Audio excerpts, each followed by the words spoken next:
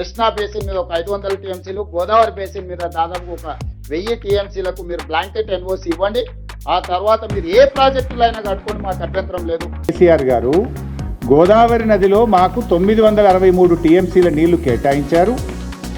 అయితే దీని తర్వాత కూడా 3000 టీఎంసీలు సముద్రంలో కలుస్తున్నాయని సెంట్రల్ వాటర్ కమిషన్ లెక్కలు చెప్తున్నాయి. ఆ 3000 టీఎంసీల్లో కూడా ఇదే ప్రోరాటా ప్రకారంగా మాకు 1950 టీఎంసీల నీళ్లు కావాలి. 1950 టీఎంసీలు మాకు కావాలి గోదావరిలో. ఎందుకంటే మా హైదరాబాద్ నగరం 1 కోటి జనాభా ఉంది, 30 లక్షల మంది మైగ్రెంట్ వర్కర్స్ ఉన్నారు. హైదరాబాద్లో పారిశ్రామిక అవసరాలు, తాగునీటి అవసరాలు, భవిష్యత్ అవసరాల దృష్ట్యా గోదావరిలో 1950 టీఎంసీల నీళ్లు ఈ 3000లో మా వాటా.